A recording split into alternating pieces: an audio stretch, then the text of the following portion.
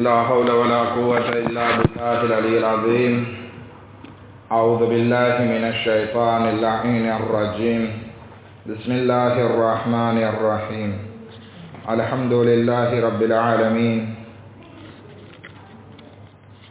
الصلاة والسلام على سيدنا ونبينا أبي القاسم محمد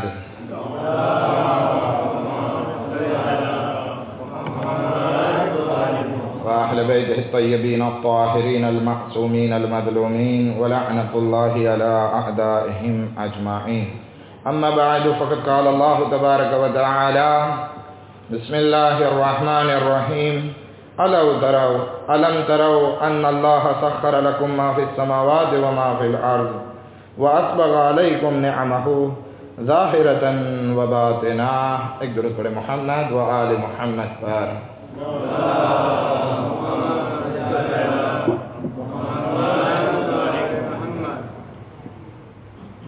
अपनी बहस माह रमज़ान 1435 दरमियान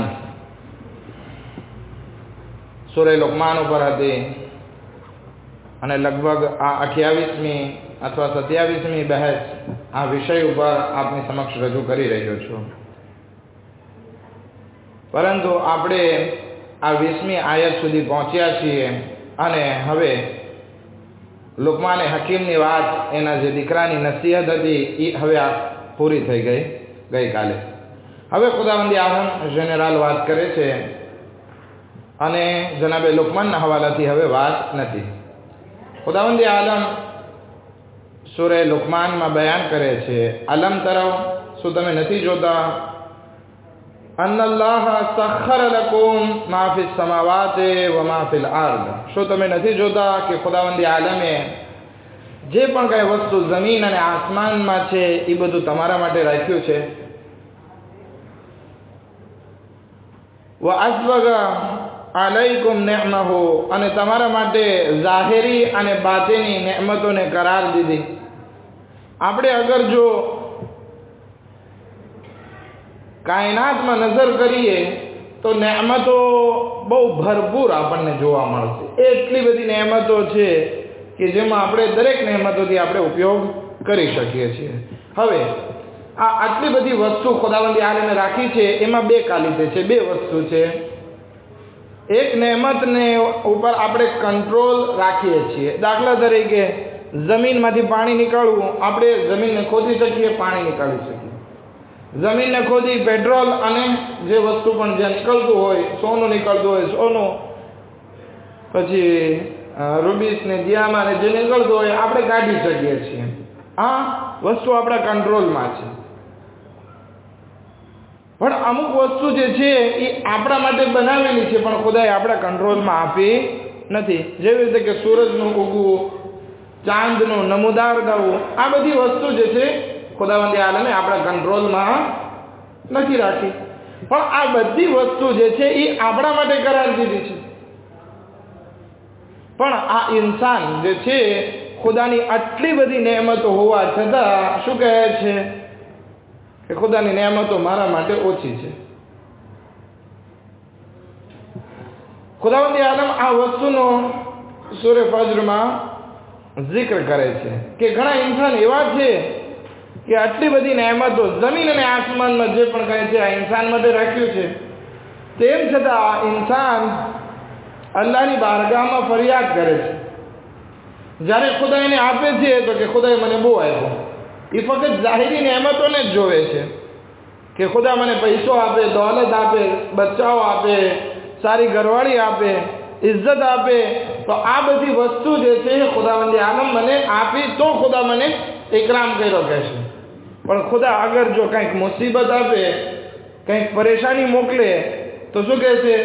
ખુદાએ મારી બેઇજ્જતી કરી, ખુદાએ મારી ઇન્સલ્ટ કરી, ખુદા મને નથી રાખતો, ખુદાએ મને હેરાન કરે છે, ખુદાને બધી મુસીબત મને જ આપી હતી. આ બધા ઇન્સાની શબ્દો છે કે જ્યારે એના ઉપર મુસીબત આવે તો કહે છે કે ખુદા મને નથી રાખતો. જ્યારે કે આ ઇન્સાન ચાહે મુસીબતમાં હોય, ચાહે સારા વખતમાં હોય, તડકામાં હોય યા છાયામાં હોય, દરેક જગ્યાઓ પર ખુદાવંદી આલમની નિઅમતો બહુ જ વધારે છે. અગણિત નિયમતો અલ્લાહની અગણિત નેમતોથી આ ઇન્સાન ઘેરાયેલો છે. હવે આપણે એમ વિચાર કરીએ કે તો પછી મુસીબત શા માટે? ખુદા અગર જો આપણને આટલી બધી નેમત આપે છે તો પછી મુસીબત અને પરેશાની અને પ્રોબ્લેમ મારી જિંદગીમાં શા માટે? ના, એવું નથી. આ દુનિયા જે છે ઇમ્તિહાનનું ઘર છે. આ દુનિયામાં દરેક ઇન્સાનને સારા દિવસો પણ આવશે અને ખરાબ દિવસો પણ આવશે. હઝરતે સુલેમાન નબી, એની પાસે કેટલી મોટી હુકુમત હતી? કાયનાતમાં કોઈ પાસે એવી મોટી હુકુમત હતી?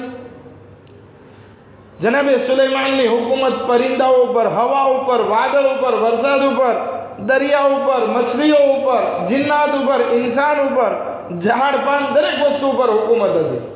એટલી મોટી હુકુમત હતી કે વાત પૂછો.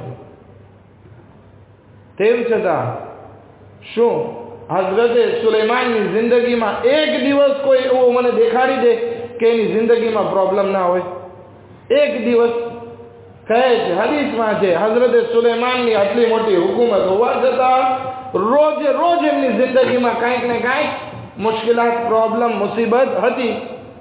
તો આપણને એમ થાય કે આપણે પૈસા ભેગા કરી લઈએ, દૌલતમંદ થઈ જઈએ તો આપણી મુશ્કેલાત આસાન થઈ જાય. નહીં, દરેકની મુશ્કેલાત એની જગ્યા ઉપર હોય છે.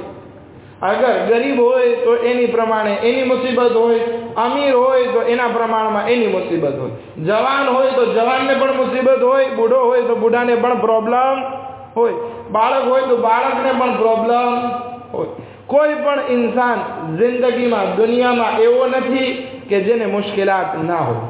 પરંતુ આ મુશ્કેલાત હોવાનો મતલબ એવો નથી કે ઇન્સાનને ખુદાવંદી આલમ નેમત નથી આપતો. નહીં, ખુદાવંદી આલમ બધાને નેમત આપે છે, ચાહે નાનો હોય મોટો હોય, ગરીબ હોય અમીર હોય. આપણે એક હદીસ લઈએ, મૌલાએ મુત્તકિયાન હઝરતે અમીર અલ મોમિનીન અલી ઇબ્ન અબી તાલિબ अलैहि सलातो वस्सलाम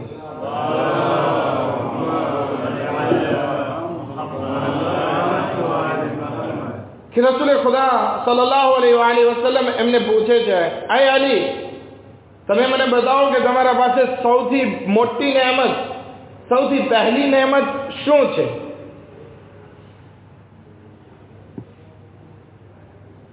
હઝરત અલી અલૈહિ સલાતો વસ્સલામ ફરમાવે છે કે મારી પાસે અલ્લાહની સૌથી મોટી નેમત એ છે કે હું કાંઈ નહોતો અને ખુદાવંદી આલમે મને ના હોવામાંથી વજૂદમાં લઈ આવ્યો છે.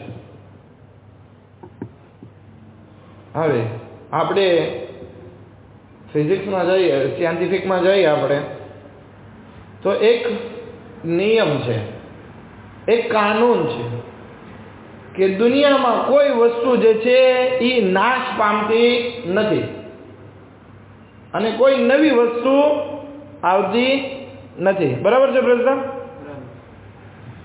કારણ કે આપણે જે છે, દાખલા તરીકે પાણીને ગરમ કરીએ, એટલું ગરમ કરીએ તો પાણી શેમાં થઈ જશે? પાણી નાશ થઈ ગયો? નહીં, પાણી નાશ નથી થયો. એટલું ઉકળી ઉકળીને વરાળ બની અને વરાળમાં બદલાઈ ગયો. બરાબર? હવે વરાળ જે છે આસમાનમાં ગઈ અને વરસાદ બનીને પાછી આવી.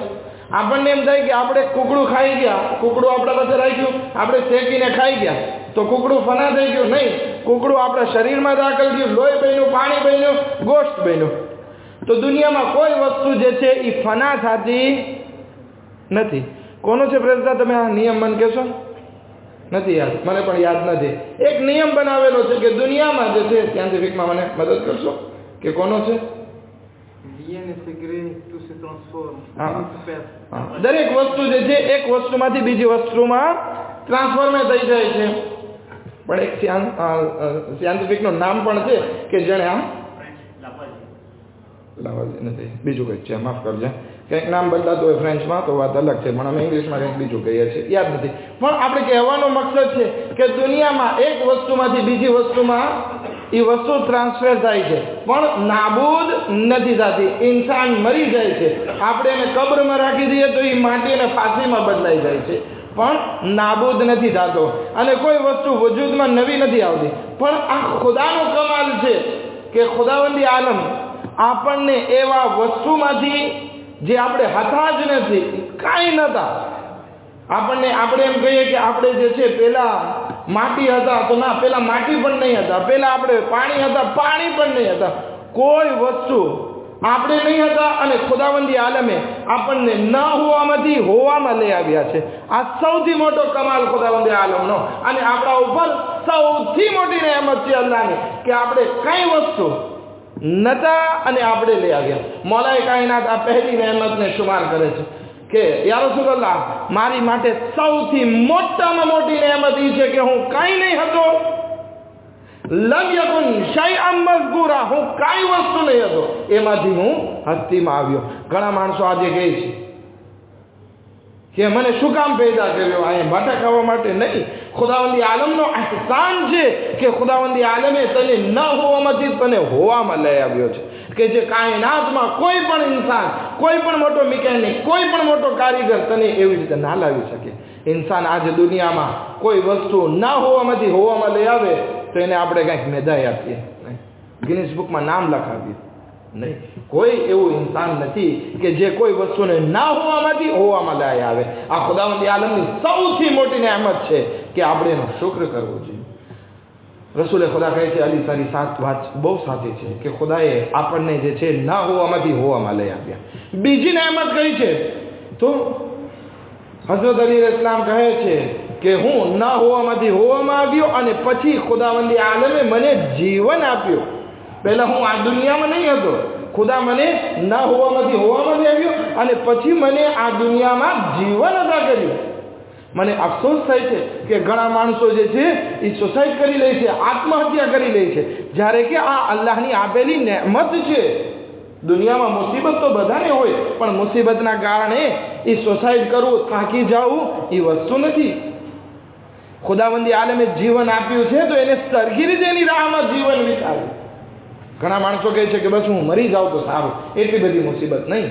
મરી જવાથી મુસીબતનો અંત નથી, બલકે આ જીવનમાં રહી મુસીબતનો સામનો કરી અને અલ્લાહની બારગાહમાં કામયાબ થવાનું નામ છે. તો ખુદાનો બીજો શુક્ર એ છે કે ખુદાવંદી આલમે મને જીવન આપ્યું. આ જીવનથી હવે મૌલાએ કાયનાત દુનિયાને જે છે ઘણી વખત મઝમ્મત કરે છે. નહજુલ બલાગામાં પણ અવારનવાર કહે છે કે આ દુનિયા જે છે દગો આપનારી છે, આ દુનિયા જે છે ઇન્સાનને સિરાતે મુસ્તકીમથી ભટકાવી દેનાર છે, આ દુનિયા જે છે એ સરફ જેવી છે. સરફ આપણે જોઈએ જાહેરમાં કેવો સુવાળો હોય, નરમ નરમ હોય એની ચામડી, પણ કોઈ ઇન્સાન સરફને અડવા નહીં જાય. શું કામ? કારણ કે એના મોઢામાં ઝેર ભરેલું હોય છે. મડાગાસ્કરના સરફમાં ઝેર નથી, હું ઇન્ડિયાના સરફની વાત કરું છું કે આફ્રિકના સરફની વાત કરું છું, કે એની ચામડી સુવાળી હોય અને મોઢામાં ઝેર ભરેલું હોય, એવી આ દુનિયા છે. એવી જ રીતે એક માણસ છે ને ઇમામ અલી અલ ઇસ્લામ પાસે આવીને ઇમામ અલી અલ ઇસ્લામ જેવી વાત કરવા માંડ્યો કે આ દુનિયા સાવ આવી છે, નકામી દુનિયા છે. ઇમામ અલી અલ ઇસ્લામ કહે છે, કોણ કીધું તને આ દુનિયા નકામી છે? આ દુનિયા જે છે એ બહુ સારી વસ્તુ છે. ખુદાવંદી આલમે આપણને જીવન આપ્યું છે, આ દુનિયા થકી આપણે જન્નત સુધી પહોંચી શકશું. શું ફરિશ્તાઓને ખુદાવંદી આલમે આટલું મોટું જીવન અતા કર્યું છે, પણ એક રિવાયત મને દેખાડો કે જેમાં એમ કીધું હોય કે કયામતના દિવસે ખુદાવંદી આલમ ફરિશ્તાઓને જન્નતમાં દાખલ કરશે? નથી. ખુદાવંદી આલમ ફરિશ્તાઓને હૂર આપશે? નથી. ખુદાવંદી આલમ ફરિશ્તાઓને હૌઝે કૌસરથી સૈરાબ કરશે? નથી. આ બધી વસ્તુ ઇન્સાન માટે છે કે જે આ દુનિયામાં જીવન વિતાવે છે. તો આપણે અલ્લાહનો શુક્ર કરવો જોઈએ કે ખુદાએ તે મને મોકો આપ્યો કે હું આ જિંદગીમાં જીવન વિતાવી તારી ઇબાદત કરી અને જન્નત સુધી પહોંચી શકું. તો આ ખુદાની મોટી નેમત છે. રસૂલે ખુદા કહે છે, અલી એકદમ વાત સાચી છે. ત્રીજી વસ્તુ, ખુદાએ તારો લાખો શુક્ર કે તે મને બહેતરીન શક્લો સુરતમાં પેદા કર્યો. આ અલ્લાહની ત્રીજી નેમત. આપણે કોઈ વખત અરીસા સામે ઊભા રહીએ, કાચની સામે ઊભા રહીએ અને આપણા ચહેરાને જોઈએ, કેટલો ખૂબસૂરત ખુદાવંદી આલમે પેદા કર્યો છે. અગર જો આપણું મોઢું કૂતરા જેવું હોત તો, આપણા નાક ગધેડા જેવા હોત તો કેટલા કદરૂપા. ખુદાવંદી આલમે આપણને નાક ના આપ્યું હોત તો શું લાગત? આપણે શું લાગત? નાક ના હોય ને શું કહેવાય? નકટા કહેવાય. આપણે નકટા લાગત. તો ખુદાનો લાખો શુક્ર છે કે એને મને બહેતરીન શક્લો સુરતમાં પેદા કર્યો. ખૈર, હવે તમે થાકી ના જાઓ એટલે પરાંતેશમાં આપણે એક વાત કહેતા જઈએ. એક સલવાત પડો તો.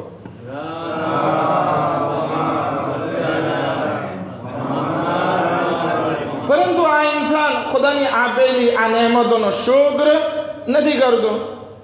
ખુદાવંદી આલમ એક ઇન્સાનને સરસ મજાની ખૂબસૂરત બાયડી આપશે તો પણ બીજા તરફ નજર કરવા જશે. અરે ભાઈ, તારી બાયડી તો ખૂબસૂરત છે, તું શું કામ બહાર જાય છે? તો કે ના, મન નથી ગમતી, હવે જોઈ છે ને થાકી ગયો. ઇન્સાન છે, પણ આપણે જોઈએ કે ખુદાવંદી આલમે અગર ઇન્સાનને એ औरत ના આપી હોત ને ગધેડી સાથે શાદી કરવાનું કીધું હોત તો ઇન્સાન જીવી શકત નહીં. ખુદાનો શુક્ર કર કે તારી औरत જે છે લૂલી લંગડી બેરી નથી, મૂંગી નથી, કદરૂપી નથી. ખુદાવંદી આલમે એને બહેતરીન શક્લો સુરતમાં પેદા કરી છે. ખુદાએ જાત જાતના રંગ આ દુનિયામાં પેદા કર્યા છે કે એકબીજાને ઓળખી શકે. આપણે જોઈએ કે આપણે અલ્લાહની બારગાહમાં કેટલા ખૂબસૂરત છે, પણ આ ઇન્સાન જે છે સંતોષ વાળો નથી. તેમ છતાં પોતાને અરીસામાં જોશે તો કહે છે મારી કરતાં ઓલો વધારે ખૂબસૂરત છે, મારી બાયડી કરતાં ઓલી બાયડી વધારે ખૂબસૂરત છે. તું ખુદાનો અહેસાન માન કે ખુદાએ તને બદસૂરત નથી બનાવ્યો. ખુદાવંદી આલમ સૂરે 3 4 કસમ ખાઈને કહે છે વત્તીને વઝૈતૂન વતૂરે સિનીન વહાઝા બલદિલ અમીન લકદ ખલકનલ ઇન્સાન ફી અહસન તકવીમ. ખુદા કઈની કસમ ખાય છે?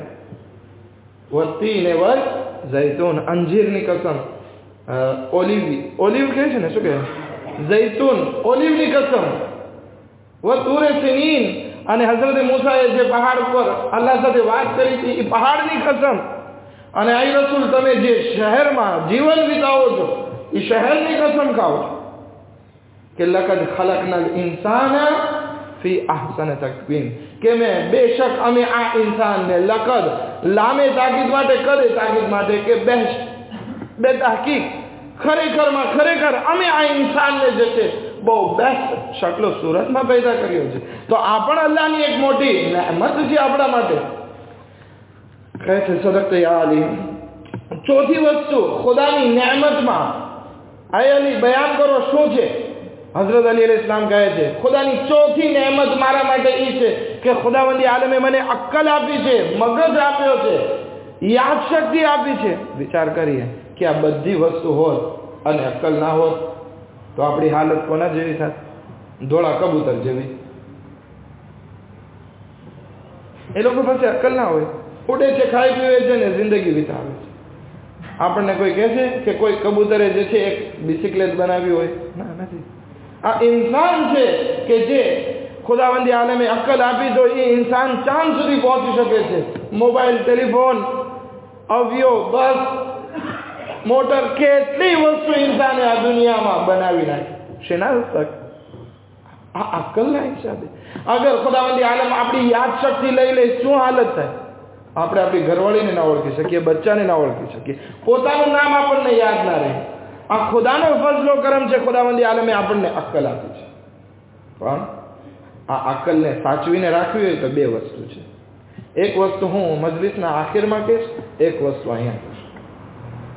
આ અક્કલને અગર જો વાપરવાની બંધ કરી દેશો તો પછી ઘણા બુઢા બિચારા લોકો હોય એને યાદ નથી રહેતું કે સામે કોણ માણસ છે, આપણે કોણ છે.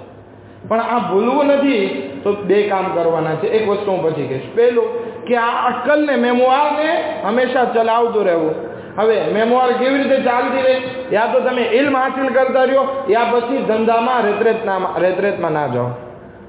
અગર રેતરેતમાં ગયા તો પછી આ અક્કલ બંધ થઈ ગઈ ને હવે પછી તમારો મગજ હાલતો બંધ થઈ જશે. અથવા તો ઇલ્મના મેદાનમાં તમે કાંઈક ને કાંઈક શીખતા રહ્યો, યા કુરાન શીખો, ગુજરાતી શીખો, મસાઇલ શીખો, કાંઈક ને કાંઈક. ભલે તમે ડોસા થઈ ગયા હોય, ઉંમર મોટી થઈ ગઈ, શીખવાનું ના મૂકો કે જેથી તમારી આ યાદ શક્તિ ના જાય.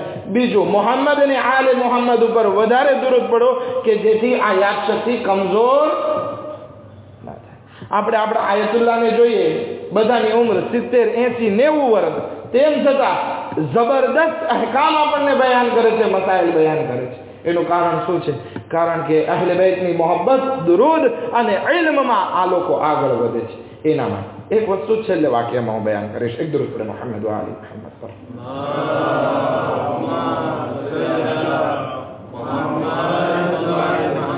વસ્તુ, પાંચમી વસ્તુ આવેલી, શું નેમત છે? પાંચમી નેમત તો કહે છે કે ખુદાવંદી આલમે મારી હિદાયત કરી. આપણે હમણાં જ દુઆ ઇફ્તિતામાં પડ્યા, સાંભળ્યું હોય તો, અગર માણસો દુઆ પડાતી હોય ત્યારે ઇમાજીને કરતા હોય બીજી વસ્તુની. અગર ઇમાજીને ના કરતા હોય તો એક જુમલો એ હતો કે ખુદાએ તારા વખાણ છે એ વસ્તુમાં કે તે મારી હિદાયત કરી, જ્યારે કે હું હિદાયતને લાયક નહીં હતો. અગર જો તું મારી હિદાયત ના કરે તો આ ખુદાવંદી આલમે આપણને નિશ્ચયમાંથી ના હોવામાંથી હોવામાં લઈ આવ્યો. ખુદાવંદી આલમે આપણને જીવન આપ્યું. ખુદાવંદી આલમ આપણને બહેતરીન શક્લો સુરતમાં પેદા કર્યા. ખુદાવંદી આલમે આપણને અક્કલ આપી, અને આ બધું આપવા પછી આપણી અગર જો હિદાયત ના કરી હોત તો આ જીવનનો કંઈ ફાયદો હોત નહીં. ઇન્સાન કૂતરા અને બકરાની જેમ જીવત, ખાય પી જિંદગી જીવે ને ચાલ્યું નહીં. ખુદાવંદી આલમે આપણી હિદાયત કરી છે કે જેથી આપણે હિદાયત પામીએ અને જન્નત સુધી પહોંચી શકીએ. તો આ પાંચમો શુક્ર અલ્લાહનો આપણે કરીએ તો જેટલો પણ શુક્ર કરીએ એ ઓછો છે. દુઆએ અરફામાં ઇમામે હુસૈન અલૈહિસ્સલામ અલ્લાહની બારગાહમાં મુનાજાત કરે છે, પરવરદિગારા તારો શુક્ર છે કે તે મને નેક ખાનદાનમાં મારો જન્મ કરાવ્યો. અગર આપણો જન્મ કોઈ વહાબી ખાનદાનમાં થયો હોત તો આપણે પણ મોટા ટેરરિસ્ટ હોત. અગર આપણો જન્મ કોઈ યહૂદી ખાનદાનમાં ઇઝરાયલમાં થયો હોત તો આપણે પણ મોટા થઈ અને ફિલિપ માણસોનું ખૂન વહાવત. અગર આપણો જન્મ કોઈ એવા માણસના ઘરે થયો હોત કે જે એકદમ લાઓબાલી હિદાયત રસ્તા ઉપર ના હોય, એકદમ આડા રસ્તે હોય, તો આપણે પણ આડા રસ્તે હોય. અલ્લાહનો જેટલો શુક્ર કરીએ ઓછો છે કે ખુદાવંદી આલમે આપણી હિદાયત કરી. અને આપણે આપણા મા બાપનો શુક્ર કરીએ કે અલ્હમ્દુલિલ્લાહ કે હું તમારા પેટે જન્મ પામ્યો કે જેથી મારી આ હિદાયત છે. તો પાંચમી વસ્તુ કે અલ્લાહનો શુક્ર કે ખુદાવંદી આલમે આપણી હિદાયત કરી. એક દુરૂદ પડે મોહમ્મદ વાલે મોહમ્મદ પર.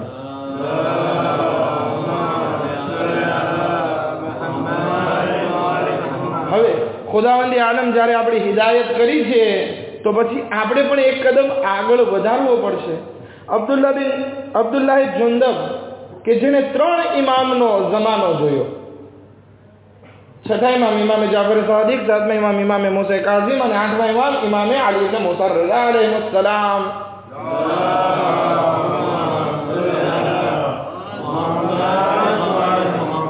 એ હિદાયત પામ્યા હતા, હિદાયત મળી હતી, તો હવે હિદાયત નહીં આગળ વધે છે. તો સાતમા ઇમામ એના માટે કહે છે એ અવારનવાર ઇમામ પાસે આવતો. એક દૂર પડે મોહમ્મદ વાલે મોહમ્મદ પર.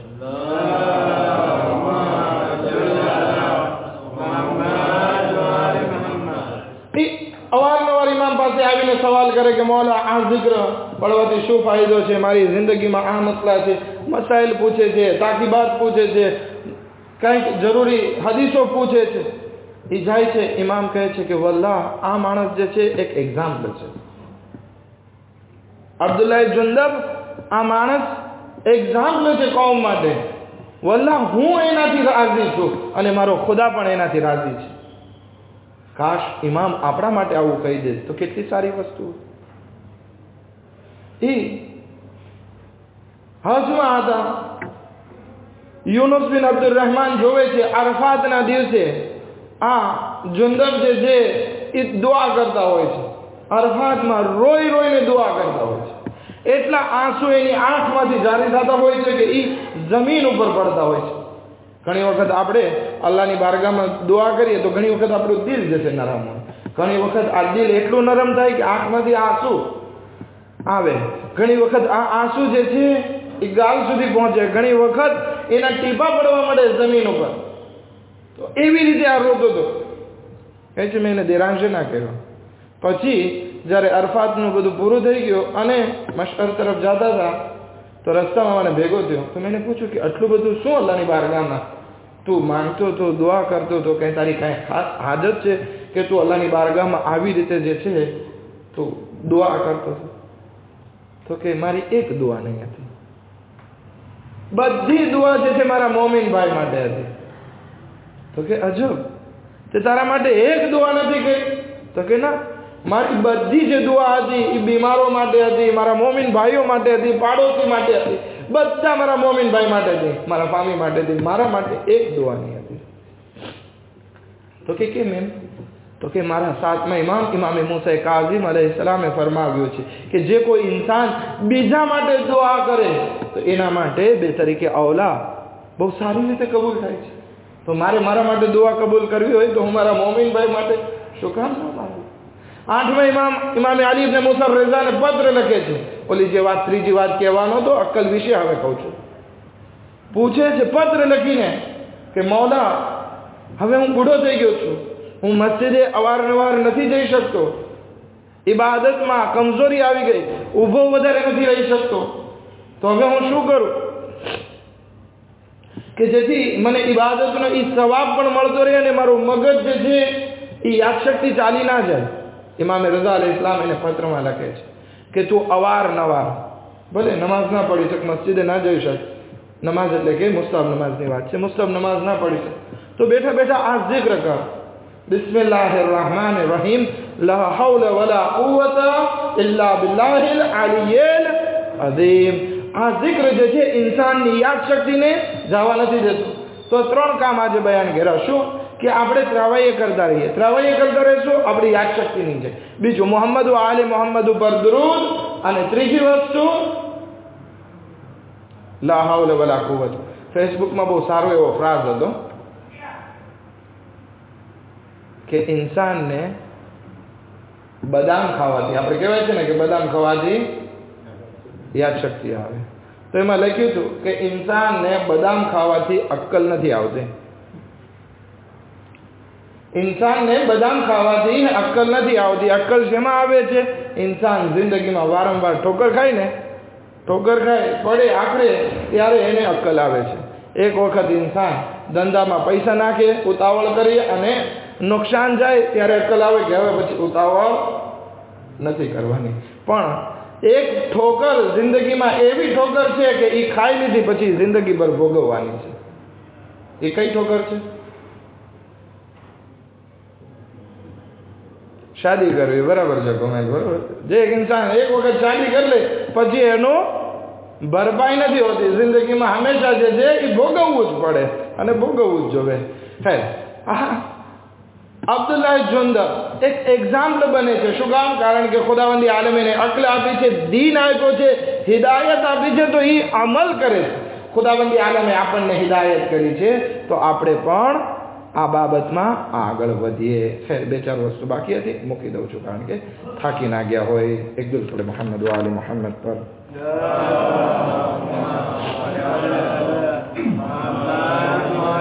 પણ ટૂંકમાં આપણે ખુલાસો કરી નાખીએ. છઠ્ઠી વસ્તુ રસૂલે ખુદા પૂછે છે, આય અલી, પછીની શું નહેમત છે?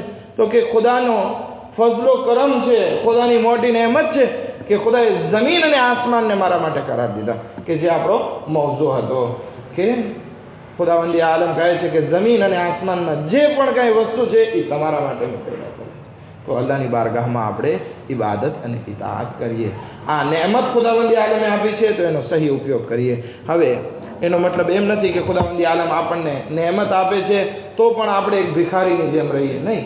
ખુદાવંદી આલમે જ્યારે આપણને નહેમત આપી છે, હદીસમાં છે કે જ્યારે ખુદાવંદી આલમ તમને નહેમતમાં વધારો કરે છે તો તમે તમારા બાલ બચ્ચાઓ ઉપર સહેલાઈ કરો, ન કે ઓછું કરો. રસૂલે ખુદાની પાસે એક માણસ આવ્યો કે એના કપડાં પણ ફાટેલા, બધું ફાટેલું, ગોબરો ભરેલો. રસૂલે ખુદા પૂછે છે તારી પાસે શું છે, કેમ હાલત છે?